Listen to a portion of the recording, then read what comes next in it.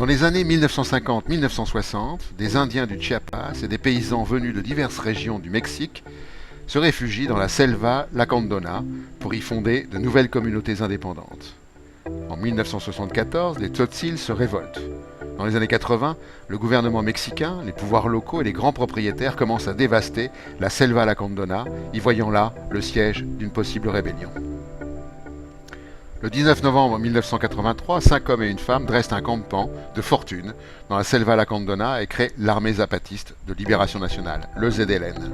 Le petit groupe se déplace dans la clandestinité de village en village pour expliquer la révolution zapatiste et recruter des militants. Peu à peu, les villages se rallient et deviennent des bases pour le mouvement, permettant son ravitaillement.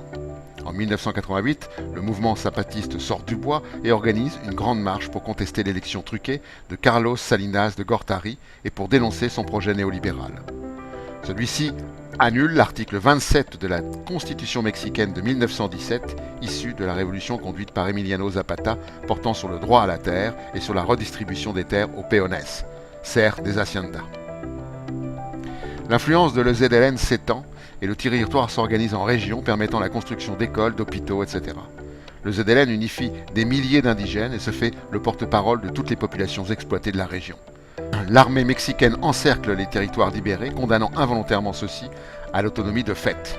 Dans cet espace autonome de résistance s'élaborent, à partir des revendications, les principes organisationnels de l'autonomie et de la démocratie que nous découvrirons dans le prochain épisode. À bientôt!